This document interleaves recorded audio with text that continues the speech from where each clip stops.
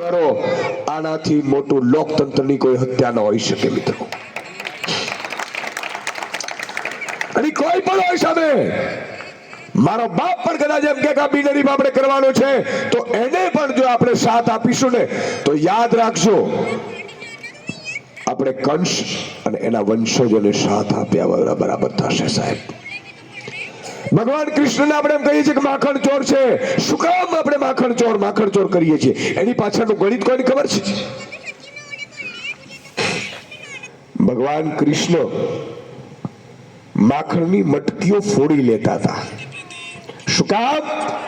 તો કે જે પણ માલધારીઓ પોતે રાત દિવસ મહેનત કરી માખણ બનાવી અને વેચવા જાય, વેચે એટલે એના ઉપર કર આવે અને કરથી કંસ મોટો થતો હતો ને એટલે ભગવાન કૃષ્ણ માખણ પહોંચવા નહોતો દેતો સાહેબ. તમે પણ જે લોકો બિનહરીફમાં તાળીઓ પાડે છે યાદ રાખજો, જે દિવસે તમારી દીકરીની સરઘસો કાઢશે ને ભાજપ વાળા ત્યારે બાજુવાળો પાડોશી પણ બચાવવા ઉભો નહીં રહે. શું કામ? કે તમે તમાશો જોયો તો જ્યારે લોકતંત્રની હત્યા થતી હતી. આજે આની સરકાર છે, કાલે બીજાની આવશે. આ ધરતી ઉપર તમારો મારો નક્કી નથી. કદાચ કાલનો સુરત તમારામાંથી કોઈ આપણે ન પણ જોઈએ, પણ મિત્રો કામ એવું કરીને જવું જોઈએ. સંત કબીર કહેતા હતા कि जब तू आयो इस जगत में जग हंसे तू रोए पर ऐसी करनी करके चलो कि तू हंसे जग रोए. આ ધરતી માટે કોઈ કાયમી નથી.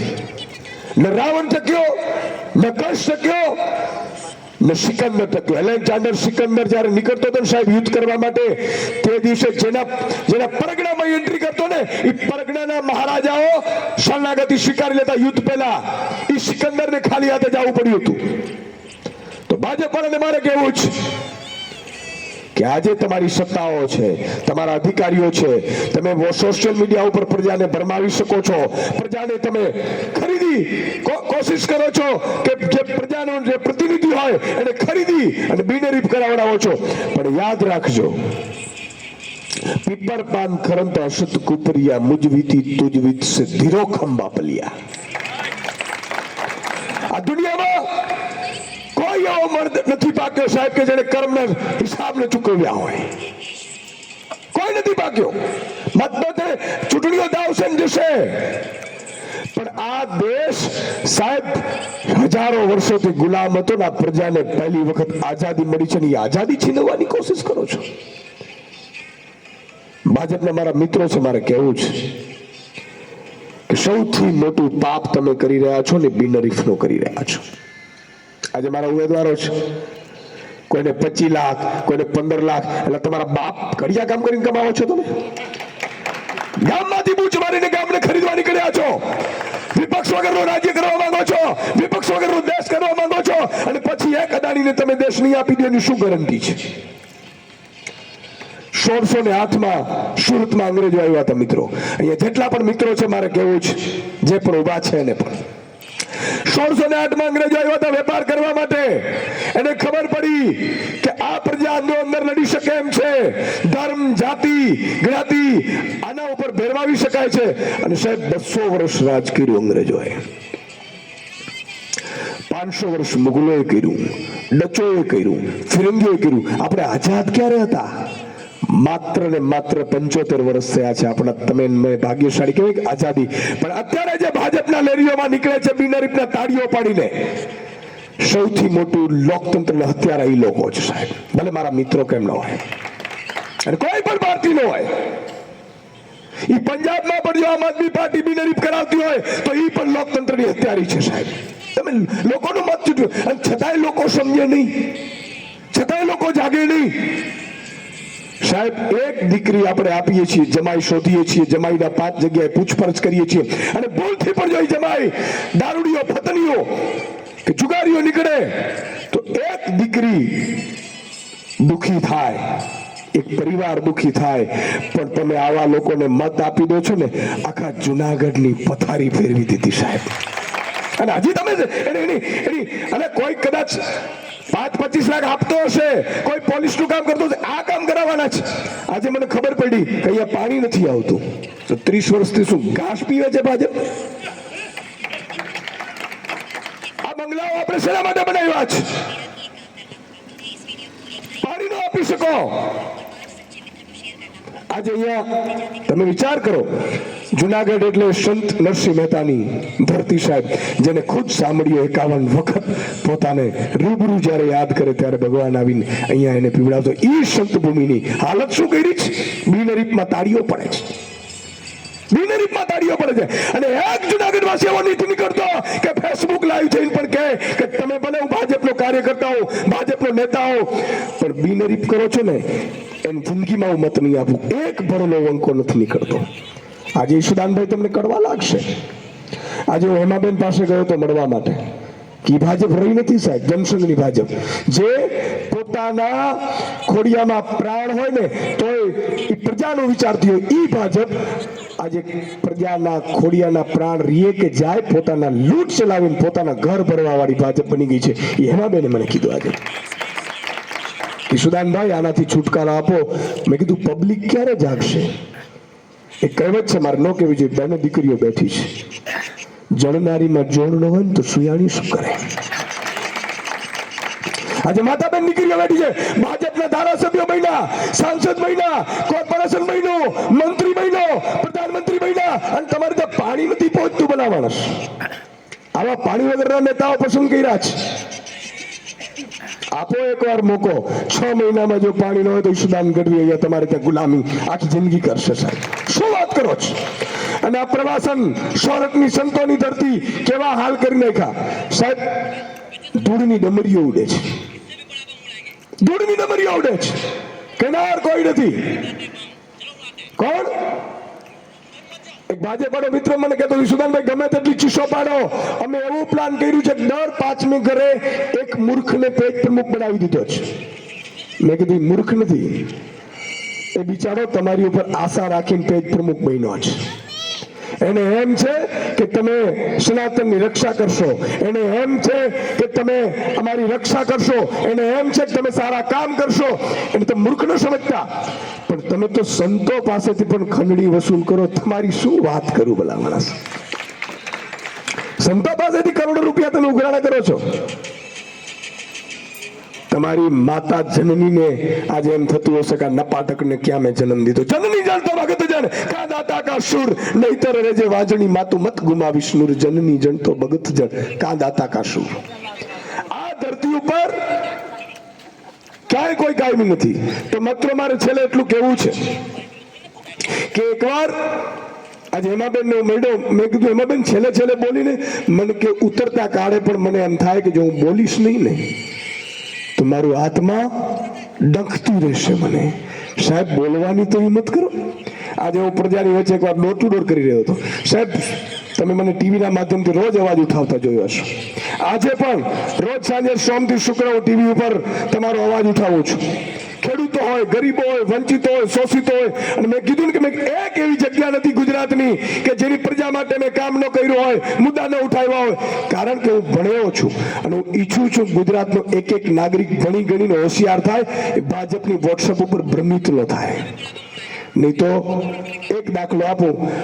ભાઈ શ્રી નરેન્દ્રભાઈ એવું કહેતા, ભલે બધા નરેન્દ્રભાઈ ઉપર પ્રેમ છે, એક દિવસ હું નરેન્દ્રભાઈનો અંધભક્ત હતો, પણ દાખલો આપું તમને કે શું હાલત થઈ રહી છે.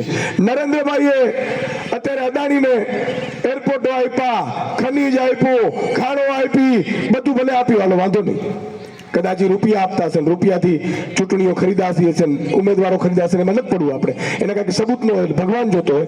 પણ માની લો કે અદાણી છે, એ પ્રાઇવેટ કંપની છે, આખા ભારતની સંપત્તિ અદાણી છે, સરકારી. એ અદાણી ખરીદી લે અને પછી એ જ અદાણી 51% શેર છે એ ઈસ્ટ ઇન્ડિયા કંપનીને આપી દે, તો અમદાવાદના એરપોર્ટ જે અદાણી ખરીદ્યું એનો કબજો કોનો થયો? બોલો. ઈસ્ટ ઇન્ડિયા કંપનીની થયો. સાહેબ ગુલામ બનતા આટલી વાર લાગશે. અને આજે તો ખાલી 9 જણા કે 10 જણા બિનહરીફ થયા છે. યાદ રાખજો, તમે આજે પણ જો તમે એની પાછળ તાળીઓ પાડતા રહેશો તો યાદ રાખજો આવતી ચૂંટણી જ નહીં આવે. 60 બિનહરીફ. પછી કરજો મતદાન, પછી રોષ ડાલવજો, પછી માંગજો એમની પાસે પાણી. આજે અહીંયા પેવર બ્લોક નથી. આ આ જુનાગઢને પ્રવાસન સ્થળ આપણે વિકસાવી નથી શક્યા. ગરવા ગિરનાર છે, સંતોની ભૂમિ છે. તમે કલ્પના તો કરો, હું રોજ ધ્યાન કરું છું, ભગવાનને પ્રાર્થના કરું છું કે મારાથી કોઈ ખરાબ કામ ન થાય. સારું કરીને જઈએ એવું કહેતા જ નથી સાહેબ, પણ કોકને નડીએ નહીં ને એનાથી મોટું કોઈ સારું કામ જ નથી. પણ ખરાબ લોકોને તમે આગળ વધારો છો, કંસને તમે આગળ વધારો છો. ભલે એ માણસ 5, પણ એની વિચારધારા જુઓ તમે. અને એટલા માટે કહેવા આવ્યા છીએ, કરશન બાપુએ કીધું, હું પણ કહું છું, અમારા જેટલા આમ આદમી. અને ઘણા લોકો એમ કહે છે કે સુદાનભાઈ, એક મતથી શું થાય? તમે તમારો મત આપશો ને તો ઈ સારી જગ્યાએ ગયો, તમે પાપ તો ન કર્યું, બરાબર કે નહીં? અને શરૂઆત ઘરથી કરવાની હોય. તમે જુઓ, જુનાગઢમાં કેટલી સરકારી શાળાઓ સારી છે કોઈ? હોય તો મને કહેજો, માફ કરજો, મને ખબર નથી એટલે કહું છું. સરકારી એવી ટોપ ક્લાસ હોસ્પિટલો છે? નથી. તમે વિચાર કરો કે સાહેબ સારી સ્કૂલો ન આપી શકીએ, તમારા મારા બાળકને ભણતર ન કરાવી શકીએ, ત્યારે આપણું, હું આજે માનો ખેડૂતનો દીકરો છું, હું ભણ્યો ગણ્યો તો અત્યારે આ દરજે પહોંચ્યો, તો હું ઈચ્છું છું કે એક ગરીબનો વ્યક્તિ, સામાન્ય ઘરનો પરિવાર સારી રીતે ભણી ગણીને આગળ વધે. તો આ નીતિ ઉપર જવું છે આપણે. આમ આદમી પાર્ટી, અને કોઈને પણ 15-20 વર્ષ આપવાના નહીં, ધ્યાન રાખજો. આમ આદમી પાર્ટીની સરકાર આવે ને તો એને 20મું વર્ષ બેસવા ન દેતા, ને તો ઈ પણ અહંકારી થઈ જાય. પછી ઈશુદાન ગઢવી હોય ને તો ઈ પણ અહંકારી થઈ જાય. ધ્યાન રાખજો, આ તકલીફ શું પડે છે. અચ્છા, ભાજપની આમે તમે ફોર્મ ભરો, એકવાર હું તમને તમામને કહું છું, ભરીને બતાવજો. તમે ફોર્મ ભરશો ને એટલે જ્ઞાતિનો આગેવાન આવશે, આપણાથી ન ભરાય. પેલા ફલાણા ભાઈ આપણા આગેવાન છે, ના પાડી છે. કેમ ભાઈ? ફલાણા ભાઈના બાપનું જુનાગઢ છે. લોકતંત્રમાં અમને અધિકાર છે. પછી માની લો કે છતાંય ફોર્મ ભરશે એટલે જ્ઞાતિ, જાતિ, ધર્મના આગેવાન, સંતો મહંતો આવશે. મારે સંતો મહંતોને હાથ જોડીને વિનંતી કરવી છે કે આપણું કામ સંતપણાનું છે. એનાથી હટીશું તો મારો નાથ મુક્તિ નહીં આપે. સંતો શેના માટે હોય છે? સંતને નથી મફતમાં મળતા, એને મૂલ ચૂકવવા પડતા. સંતને સંતપણા નથી મફતમાં મળતા. એટલે કહેવાનો મતલબ એ છે કે આપણે સૌએ એક જ ધ્યાન રાખવાની છે કે અન્યાયની સામે લડો, સત્યની સાથે ચાલો. પછી ભલે એક જ મત કેમ ન આપીએ, આપણે આપણી આત્માને તો શાંતિ થશે. આજે કેમ હેમાબેને કીધું કે સુદાનભાઈ, હવે આ ભાજપને તમે કાઢશો. અમારી તો ઉંમર થઈ. જે હેમાબેન જેને આખી જિંદગી ભાજપને માટે આપી હોય કે આ ભાજપ હવે એ નથી રહી. હું એમ નથી કહેતો, મેં એમને કીધું કે આ તો ઈશ્વરની ઈચ્છા છે. તો થશે એમ. ઈશુદાનભાઈ સંતા બહુ ભોગવી ચૂક્યા છે. હું પત્રકાર એ જગ્યા ઉપર હતો કે મંત્રીને મારે જિંદગીમાં મેં મારું કામ કરાવ્યું નથી. એક ફોન ઉપર આજે પણ કામ થઈ જાય, પણ મેં મારી જિંદગીમાં મારું કામ નથી કરાવ્યું, નથી કરાવવાનું. હું કર્મના સિદ્ધાંતમાં માનું છું. પણ હું એમ કહેતો હતો કે માનવ ફોર્મ ભરાવો તમે, ધમકી આવશે, પછી પેલા લાંચ આપશે, પછી ધમકી આપશે, અને છતાંય તમે ફોર્મ ચાલુ રાખશો એટલે પછી તમને એમ કહેશે પોલીસનો કેસ, ફોન આવશે, ખોટા કેસમાં ફસાવશે. અને પ્રજા સાહેબ કેટલી ડરી ગઈ છે. હું ડોર ટુ ડોર કરી રહ્યો હતો, પ્રજાને પૂછતો, મને કીધું સુદાનભાઈ અંદરથી અમે તમારી સાથે છીએ, બહાર નહીં આવીએ. મેં કેમ? કોનાથી બીઓ છો? મને કે આ ભાજપ વાળા પછી અમને હેરાન કરશે. તો આ તો ગુંડાગર્દી થઈ, અને એને મત આપવાનું. ખોડિયામાંથી પ્રાણ જાય ને તો ભલે જાય, પણ કંસ અથવા તો દુર્યોધન જેવા લોકોને ક્યારે મત ન આપતા. છેલ્લી વાત કરીને મારી વાત પૂરી કરીશ. ભગવાન જ્યારે મહાભારતનું યુદ્ધ ચાલતું હતું એટલે ભગવાન કૃષ્ણ છે મનાવા છેલ્લી વખત જાય છે. એમ કે છે કે પાંડવોને 5 ગામ આપી દો. દુર્યોધને કીધું કે 100 જેટલી વસ્તુ પણ આપવાની થતી નથી, યુદ્ધ કરવું હોય તો કરીને લઈ લે, ક્ષત્રિય છે. અને સાહેબ યુદ્ધ થાય છે મહાભારતનું. મહાભારતના યુદ્ધમાં સાહેબ એ સમયે પણ એવા નિયમો હતા. નૈતિકતા નૈતિક તો હોય કે ન હોય? આપણે ન કરીએ કે એક ઘર તો ડાકણને મૂકી દે. આ લોકો તો આપણે કામ કરાવવા જઈએ ને તો કે ભાઈ મારે રૂપિયા નથી જોતા, એને જોશે એમ કરીને 2 લાખ બટકાવી લે. સાચું કે નહીં? એમાં બટકાવી લે. બોલો. પણ એથિક્સ, નીતિ નિયમો અને જિંદગીની મર્યાદા હોય. ભગવાન એટલે યુદ્ધ ચાલતું હતું એટલે ભીષ્મ પિતા પાસે 9 દિવસ મહાભારતના યુદ્ધની કમાન હતી. સેનાપતિ હતો સાહેબ. સૂર્ય હાથમે એટલે સૂર્યાસ્તમ્યા પછી પાંડવોની છાવણીમાંથી કૌરવોની છાવણીમાં આવે, કૌરવોની છાવણીમાંથી પાંડવોમાં છાવણી જાય. કોઈ એને વાર ન કરે, કારણ કે યુદ્ધના નિયમો હતા. ભગવાન કૃષ્ણ દ્રૌપદીજીને મોકલે છે ભીષ્મ પિતાના આશીર્વાદ લેવા, આપણે સૌ જાણીએ છીએ. પણ જ્યાં ભીષ્મ પિતા પડ્યા અને દુર્યોધનના હાથમાં એ કમાનો બધી આવી, સાહેબ રાત્રે હુમલા કર્યા અને અભિમન્યુને મરાવ્યો, કપટથી મરાવ્યો. આખા ખાનદાનનો નાશ થઈ ગયો, પતન થઈ ગયું. ભાજપ વાળાને કહું છું કે હજી વળજો, બાકી પતન થઈ જશે. અને તમે એટલું નહીં, ખરાબ સંપત્તિ છે ને એ તમારા સંતાનો માટે તમે ભેગા કરો છો, પણ યાદ રાખજો એ જ સંતાનો તમને ઘરમાંથી લાત મારીને કાઢી મૂકશે સાહેબ. કારણ કે તમને સંતાનોને સંસ્કારી નહીં, જુનાગઢમાં રોડ બનવાના કામમાંથી કટકીઓ કરીને તમે સંતાનોને મોટા કર્યા છે. જુનાગઢની પ્રજાના ટેક્સના પૈસા લાંચ ને બૂચ મારીને તમે બંગલાઓ બનાવ્યા છે. યાદ રાખજો, ચૂકવવું પડશે. ઈશ્વરના દરબારમાં કોઈ છૂટતું નથી. ભગવાને વાલીને માર્યો હતો ને અહીંયા પ્રાચીના પીપળે ભગવાન કૃષ્ણને ચૂકવવું પડતું. તમે એનું કઈ મૂડીની, કઈ વાડીના મૂડી છીએ સાહેબ. એટલે યાદ રાખજો, ખોટું કરતા નહીં, ખરાબ કરતા નહીં, ખરાબ લોકોને સાથ ન આપતા. અને ભાજપના નેતાઓને મારી ખુલ્લી ચેલેન્જ છે કે તમે ભ્રષ્ટાચારી છો, તમે ખોટું કરો છો, ના કરતા હો તો આવો મારી સાથે ડિબેટમાં, જાહેરમાં તમને હું સાબિત કરીને બતાવી દઉં કે તમે કેટલા. પણ તમે તમારા સંતાનોની ખરાબ સંપત્તિ ખવડાવો છો ને, પસીનાની નથી, ખરાબ સંપત્તિ છે. યાદ રાખજો, આજે નહીં તો 20 વર્ષ પછી જે દિવસે ભાજપનું પતન થશે ને, તે દિવસે સૌથી વધુ પીડાતો હશે ને એ ભાજપનો કાર્યકર્તાનો સાથ આપનારા છે. જય હિન્દ, જય ભારત, જય જય ગરવી ગુજરાત.